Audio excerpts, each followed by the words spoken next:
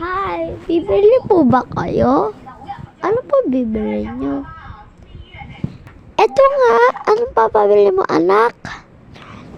Eto nga po sa akin, mami, teddy bear. Magkano po yung teddy bear? Ha? Magkano po yung teddy bear? 100 lang po. Mura na po yun.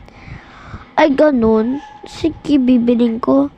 Thank you po, mami. At saka bibili din po ako ng notebook at ballpen. Ay, nako. Sige na nga. Huwag pa isa-isa ha. Yun lang ba? Tapos po bag.